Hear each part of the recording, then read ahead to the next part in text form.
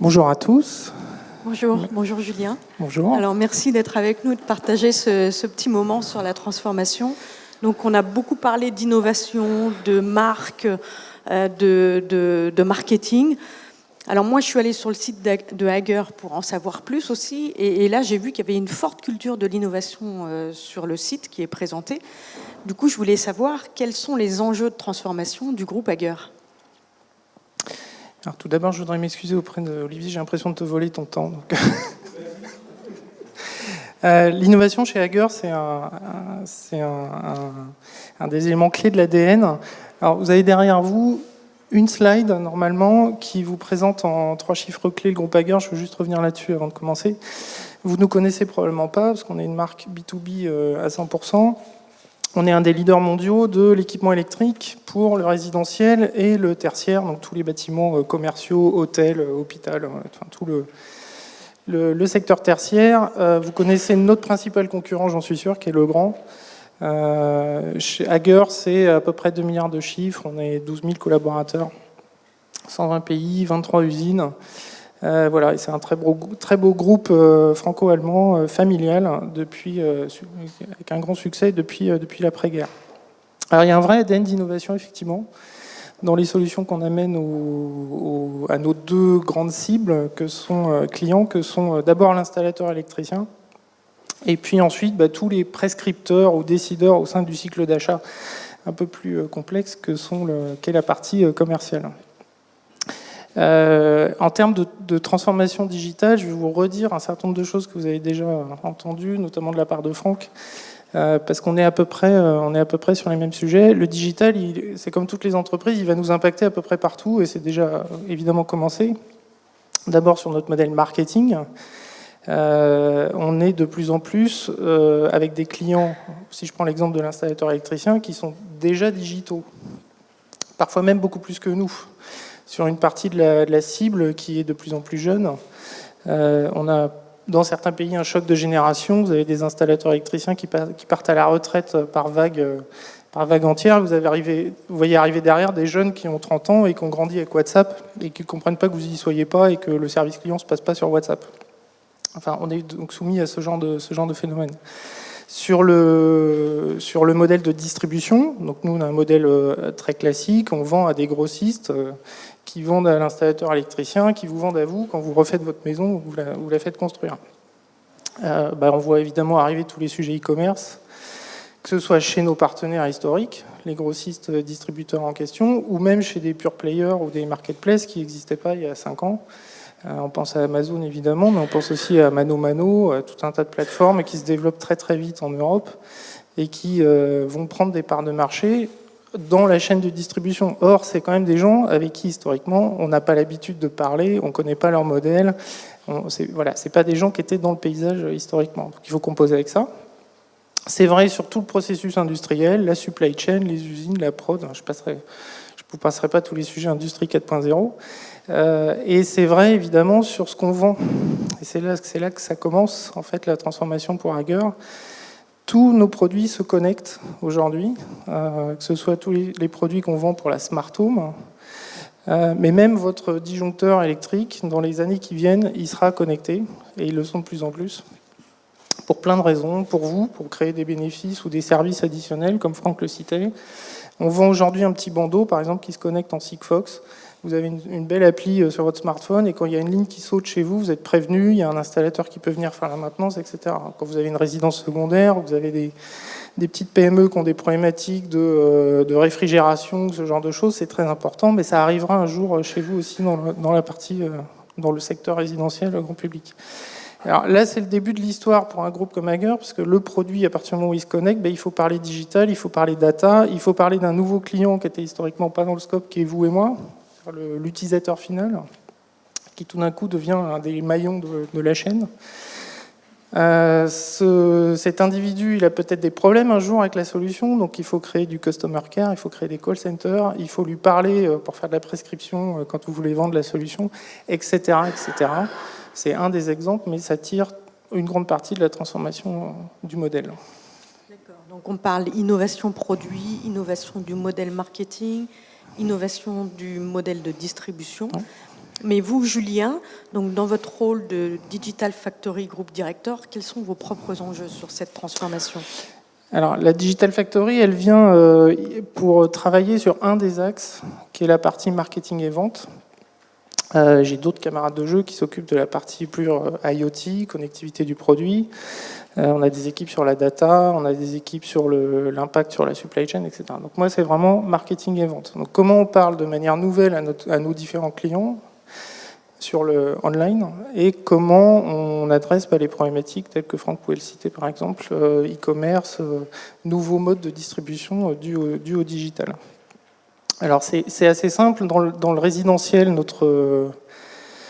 il faut qu'on arrive à transformer l'installateur électricien en notre meilleur commercial, entre guillemets. On a un réseau diffus qu'on appelle d'installateurs qui vont venir chez vous le jour où vous avez un besoin. Il faut créer de la préférence de marque. Il faut qu'ils puissent utiliser Hager de préférence, qu'ils puissent vous le recommander, vous le vendre, etc. Le canal digital est un des canaux évidents maintenant pour créer cette préférence et cette capacité de prescription. Là, on est sur un marketing B2B, mais que je rapprocherais presque à un moment des techniques B2C, au sens où vous avez un rapport direct avec l'installateur. Il y en a quelques dizaines de milliers par gros pays. Donc c'est un tout petit reach, mais c'est à peu près les mêmes techniques. Sur le tertiaire, c'est pas du tout. Là, on est dans du vrai B2B avec des cycles longs d'achat, des prescripteurs, des bureaux d'études, des architectes, etc., etc. Et là, c'est un marketing très différent, mais dans lequel le digital prend de plus en plus sa place. Je vous citerai un exemple, si vous suivez un peu le Grand Paris. Le Grand Paris, c'est un des plus gros chantiers en tertiaire. C'est un des premiers chantiers qui est fait intégralement sur des maquettes numériques de type BIM. Donc c'est une nouvelle norme dans le marché de la construction, notamment dans le tertiaire. Tout le monde, tous les corps de métier, tous les intervenants travaillent en même temps sur la même maquette numérique. Donc il n'y a plus de celui qui passe après et qui dit « Ah oui, mais le tuyau, il n'est pas au bon endroit, etc. etc. » Bon, ça, c'est une révolution dans ce secteur-là. Nous, en tant que groupe fournisseur, on est évidemment soumis sur le PIM, à donner les bonnes datas, le BIM, les formats, etc. etc. Donc c'est une partie presque invisible du sujet, mais qui est fondamentale pour préserver et augmenter le business dans cette partie-là. Très bien. Et alors pour finir, peut-être un dernier point, c'est la partie interne. On est sur une évolution majeure des méthodes, de la manière de travailler, de comment faire entrer l'agilité, etc. Donc c'est une des missions aussi de mon équipe sur ce sujet. D'accord. Alors Olivier, tout à l'heure dans son introduction, il a beaucoup parlé de la place du marketing. On a parlé de la vision stratégique que ça apporte, de la partie orientation client, mais aussi la compétitivité du business model. Comment ça a été géré dans le cadre de cette transformation, cet axe marketing ? Alors moi j'ai rejoint le groupe il y a 3 ans. J'ai un passé plutôt B2C. C'est la première fois que je fais du B2B. En cela, je rejoins les conclusions de mes camarades d'avant. Je trouve que c'est un terrain de jeu super excitant. Je referme la parenthèse. Je suis arrivé au moment où le groupe réfléchissait à sa transformation. Il était accompagné par un gros cabinet, Pricewaterhouse, voilà, quelque chose d'assez classique, avec l'identification des grands axes de transformation, l'IoT, la data, etc. etc. Et on a abouti à un certain nombre de recommandations sur le fond et de recommandations plutôt organisationnelles. Donc la création de la Digital Factory, elle est là pour adresser un constat qui était quelques initiatives en digital sur certains de nos gros pays, je dirais. Le gros des pays avec quasiment aucune initiative par manque de moyens, de people, d'outils, voilà. Et donc opportunité de créer une équipe en centrale qui allait gérer les roadmaps, les technologies, les bonnes pratiques digitales, et puis mettre cette force de talent et au service d'une roadmap qui soit cohérente en multi-pays, ce qui n'était pas le cas du tout avant. Et donc on rejoint à nouveau, encore une fois, des sujets du type persona, comment créer des cibles cohérentes et qui soient intéressantes pour un certain nombre de pays et qu'on puisse ensuite adresser via des frameworks dans les outils, dans les practices, dans les campagnes de marketing automation, d'acquisition, etc., etc. D'accord, donc un axe fort développé sur la partie marketing, comme ouais. Franck Chenel a expliqué chez... Oui, il y a un enjeu vraiment sur la culture. C'est une entreprise d'ingénieurs, électromécaniciens pour la plupart, donc avec une très très forte culture d'ingénieurs. Donc quand je suis arrivé, l'outil, c'est la solution. C'est toi qui pouvais citer ça. On a commencé par expliquer l'inverse. C'est-à-dire, bah non, l'outil, c'est pas la solution. L'outil, c'est un moyen. La technologie est un moyen, comme la data est un moyen. Maintenant, dites-nous ce que vous voulez faire, en fait. Votre site web, c'est quoi votre site web? Vous voulez parler à qui? Pour dire quoi? Pour faire quelle acquisition? Quel taux de conversion vous espérez? C'est quoi vos KPI, etc. Et donc, toute la question, c'est renverser le paradigme et commencer par leur dire, bah non, on ne peut pas se cacher derrière la techno. Le canal digital, c'est plus seulement un canal de com, il faut en faire un vrai canal de business. Autre exemple, quand j'arrive, les sites web, tu es allé sur notre site web, je t'en remercie, ils ne sont pas tous, je dirais, au niveau. C'est vrai sur notre paysage d'appli, c'est vrai sur nos réseaux sociaux, c'est vrai, donc de la même façon, j'hérite d'une dette digitale assez forte qu'il faut résorber. Il faut dépasser un premier réflexe chez mes camarades de jeu qui consiste à dire mais non, on a déjà des sites web. Alors non, il y a web et web. Et donc là, il faut rentrer dans l'explication. Le site web, il n'est pas SEO, les contenus ne sont pas assez frais, etc., etc. Et donc, on va essayer de monter le niveau pour rentrer maintenant dans une ère de relationnel en digital qui soit efficace et qui convertisse les clients, les leads, etc., qu'on a sur ce canal. Très bien. Alors, on voit bien dans ce que tu expliques qu'il y a une maturité digitale à prendre en compte dans l'entreprise, et on l'a vu aussi au travers de l'explication de Franck. Il faut jouer avec ça au sein de la transformation digitale de l'entreprise. Du coup, comment on gère cette conduite au changement pour atteindre ces enjeux de transformation? Alors, moi, j'avais noté, c'est un peu une blague mais que j'avais déjà entendue, c'est il y a 3 règles, il faut expliquer, expliquer, expliquer. Et alors, c'est très vrai. Je rejoins aussi ce que disait Franck, c'est 80% de pédagogie et après 20% de faire. Je reprends l'exemple du site web. Je dis, on a déjà des pages web. Oui, mais alors on va essayer de mettre ça au niveau d'un site web d'aujourd'hui. On va faire du SEO. C'est quoi le SEO? Alors, Google, ça fonctionne comme ça, etc., etc. Ah, mais j'en ai pas besoin. Mais si, en fait, parce que vos clients, ils sont déjà dans Google, ils arrivent sur... Voilà. Et donc, il faut tout tirer par le bas. Et souvent, quand vous arrivez d'univers tels que ceux dont moi je venais, vous avez l'impression de recommencer au début. Et en fait, c'est fondamental, parce que si vous n'avez pas ça, vous avez l'adhésion de personne, et vous avez beau avoir le support du CEO ou du board, c'est bien, mais ça ne suffira pas. Et donc, il faut expliquer, expliquer, expliquer. Moi, j'avais beaucoup aimé, en octobre dernier, il y a Maud Bailly, donc, qui est la Chief Digital Officer de Accor, qui avait pris l'analogie dans une vidéo du sachet de thé. Je trouve que c'est assez vrai. Je trouve qu'on est dans des métiers où notre but, c'est de s'infuser, et en même temps, plus on s'infuse, plus on disparaît. J'aime beaucoup cette analogie. Alors pourquoi je dis ça? Parce qu'il faut le partager aussi, et Franck le disait aussi, c'est un peu fatigant. C'est-à-dire que c'est long et compliqué. Alors c'est fatigant, moi je voyage beaucoup par exemple, vous avez l'impression de répéter énormément, vous avez l'impression que c'est lent, mais encore une fois, il faut en passer par là, parce que si on ne fait pas cet effort-là, vous avez beau avoir raison, vous avez en face de vous des gens qui sont là depuis, en tout cas chez Hager, c'est une entreprise qui est là depuis 50 ans, qui a un business très profitable et qui ne m'ont pas attendu, moi en tout cas, pour réussir. Et si je veux les accompagner dans le step de demain vis-à-vis de nos clients, c'est pas en leur disant j'ai raison que ça va se passer. Et donc il y a tout cet effort-là à faire. Et alors en parallèle, le gros sujet, ça a été, en tout cas pour moi, de construire l'équipe. Je suis pas sur ton modèle, Franck. Moi, on a une équipe full intégrée, dont la techno, qui était pour moi un élément important. Je considère que si on n'a pas la techno dans ce genre de moment de transformation, c'est difficile d'aller suffisamment vite. Et que la techno, ça reste qu'un moyen, mais c'est un moyen essentiel. Et donc, on a constitué une équipe là, sur la première année d'une 30aine de personnes. On va passer à 50 à la fin de l'année. À l'international, donc pour l'instant sur toute l'Europe.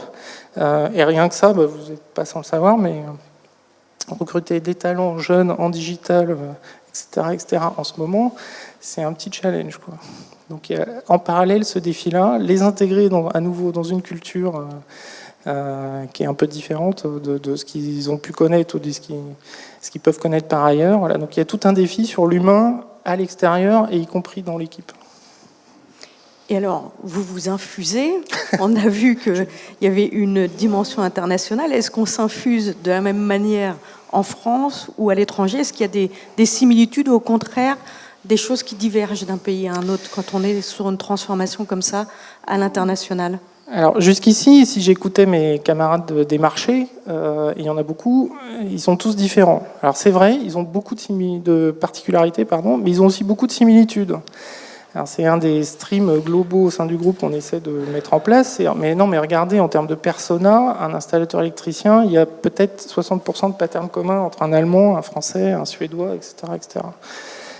Donc tout le sujet, ça a été de créer des frameworks et des projets communs qui permettent, moi, d'aller vite, de structurer une stack digitale efficace, moderne, etc., tout en garantissant que le pays a une marge d'adaptation à son business.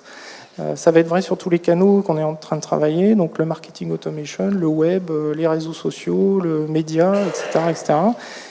Moi, en tout cas, mon objectif, je ne veux surtout pas priver les pays d'avoir une autonomie dans l'animation de leur base commerciale et leur base client dans leur pays, qui effectivement a un certain nombre de spécificités. Mon rôle à moi derrière, c'est de créer les frameworks communs qui vont faire que ça marche et que je vais vite, mais entre guillemets, c'est presque invisible pour eux.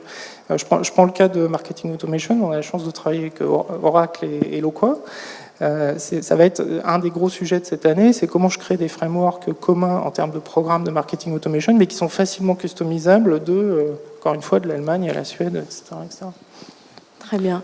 Alors, ce qui est intéressant, ce qui est vraiment très drôle, on termine, c'est que, Olivier, tu as utilisé cette image de créer demain dès aujourd'hui. Et chez Oracle, c'est aussi notre slogan, donc Create Your Tomorrows Today. Et on voit qu'à la fois chez Antalis et chez Hager, vous êtes dans ce processus itératif d'innovation. Et pour les personnes ici qui sont avec nous, qui n'ont pas forcément démarré ou qui ont démarré la première itération, quels seraient vos 3 conseils pour continuer cette innovation ou pour la démarrer? C'est la question piège, ça, à la fin. Moi, je l'ai dit, je pense qu'il faut beaucoup de pédagogie. On n'emporte pas l'adhésion si on n'explique pas les pourquoi et si on ne convainc pas à la fin du fin que ce qu'on fait est itératif, incrémental sur le modèle et pas effectivement en remplacement des sales et de dire que la donnée qui vient du site web, effectivement, elle va renforcer la capacité à mieux connaître le client, à mieux lui vendre, etc. Donc, pédagogie. Il faut s'armer de patience. C'est ma deuxième découverte et mon deuxième constat.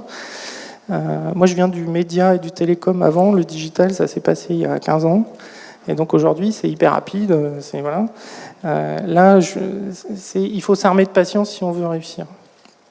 Et le troisième élément que j'ai en tête, il faut s'amuser. Parce que si soi-même, on ne s'amuse pas, on est plutôt dans le côté sachet-thé que... Voilà. En tout cas, moi, à titre perso, je trouve ça passionnant.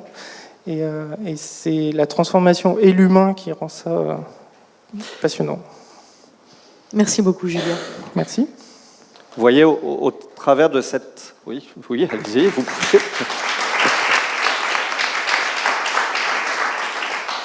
Je pense que toutes ces interventions matérialisent la richesse, la diversité des problématiques que l'on a vocation à adresser dans l'environnement du marketing B2B et plus globalement dans l'environnement du B2B avec tous les sujets de transformation que cela implique.